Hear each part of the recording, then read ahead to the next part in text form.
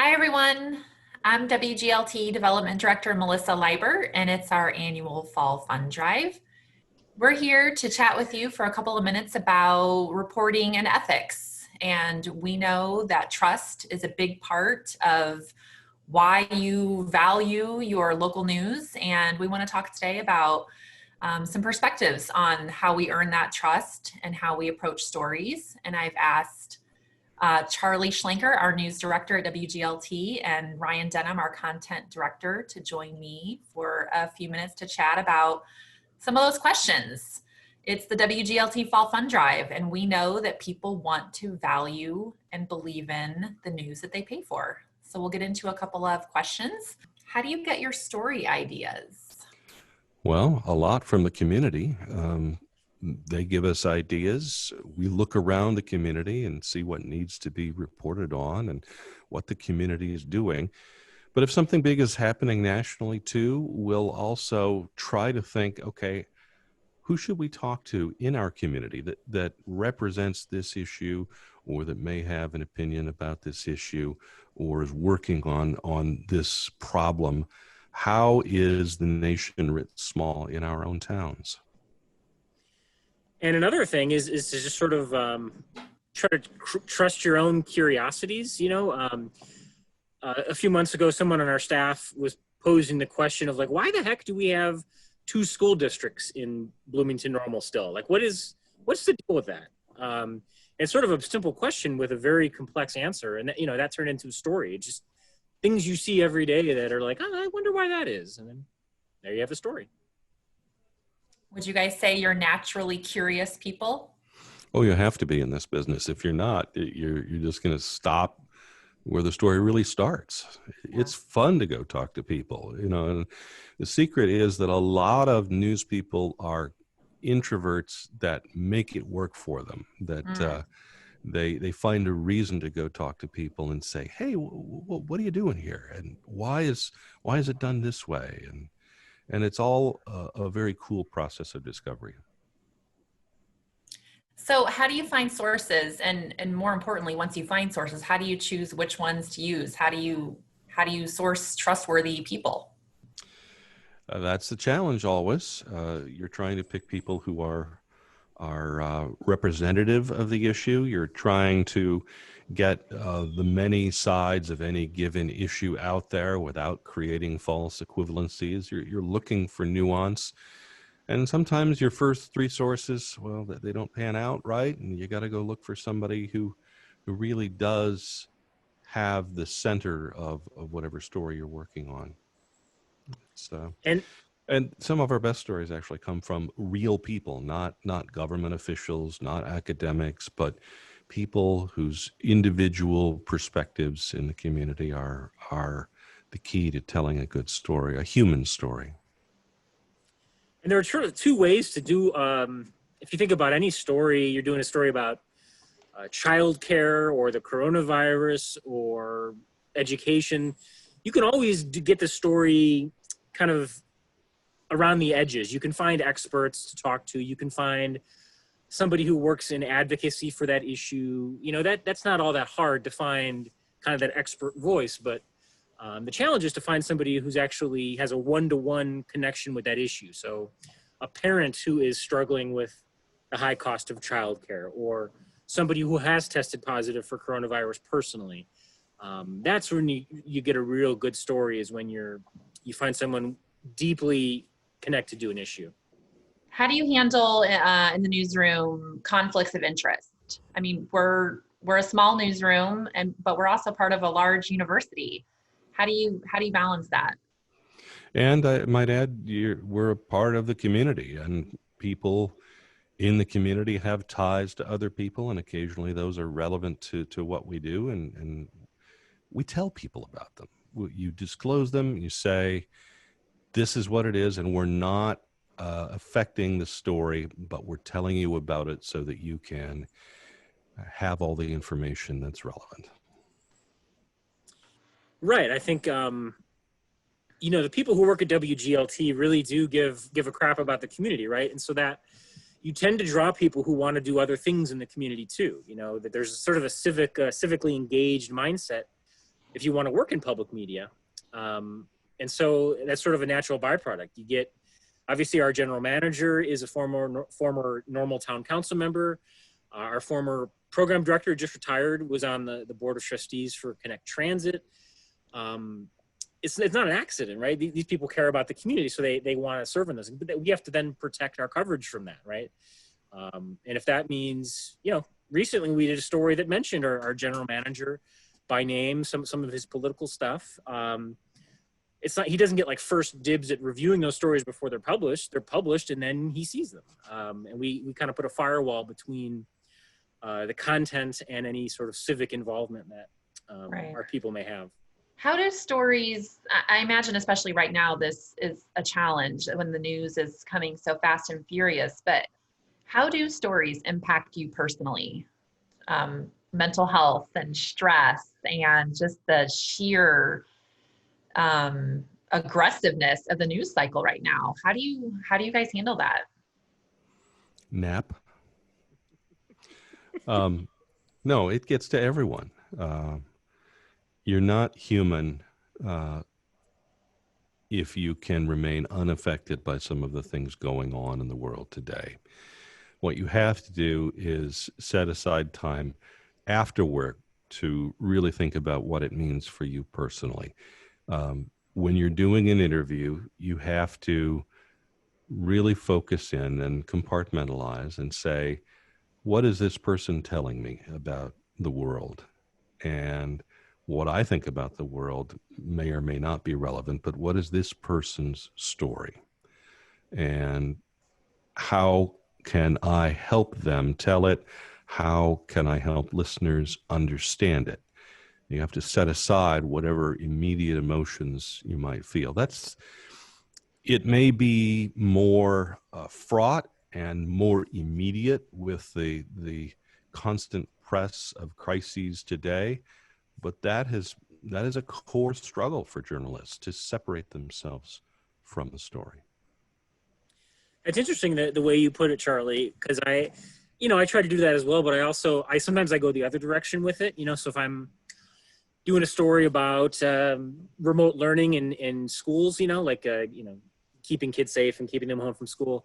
I have little kids myself, so I try to, in that case, I kind of do the opposite, where I put my headspace in the perspective of a parent, because I am a parent, young parent. Well, that can help you ask the right questions. Certainly. And it's a very specific example is, every day the McLean County Health Department releases the latest coronavirus numbers, how many new infections, how many deaths, how many hospitalizations. I'm typically the one handling those on the weekend, right? So on Saturdays and Sundays, those numbers come in, and those are the days I'm hanging out with my family, my kids, and it's right in the middle of those great moments, 10 a.m. every Saturday and Sunday, I got to sit down and write a story about how much progress we have not made, in some cases. There's 30, 40, 50 new cases. The positivity rate is this and that. It gets to you. It wears on you. It's hard to go back to playing toys or going to the zoo when you have that in your mind a little bit. Toys and pets help, though. They do. I know you both well, and I respect you a ton. And it should be mentioned that you're both two white men talking to me today. I'm wondering if you can shed some light on how you work together as a newsroom. We right now only have one full-time reporter who is a woman, Dana Vollmer. And most of our students, we do have some students who bring different perspectives, especially we have a lot of students of color right now. Help me understand how they challenge you, how you've learned and grown as reporters, and how that shapes and molds the newsroom and adds different lenses to the stories that we cover right now. You learn from them every day, just as you learn from your sources. You say, "Hey, what's your perspective on this? Not the WASP perspective or the old fogey white guy perspective, but What do you think? And you have those conversations in the newsroom a lot. It's a little tougher now that many of us are working separately and in a distanced fashion, but that's part of the challenge of today, to keep that communication strong and to second guess yourself and seek out somebody who can provide an alternative perspective. For me, I realize who I am as a white male in a quasi position of power in media, and I just think you have to take every opportunity you can to compensate for that. So, if I'm presented with story ideas that involve people of color in our community, or will lead me to interview a bunch of people of color about a topic that is important to them, I am going to be way more inclined to jump on that story idea as a form of compensation for the things that I can't bring to the table.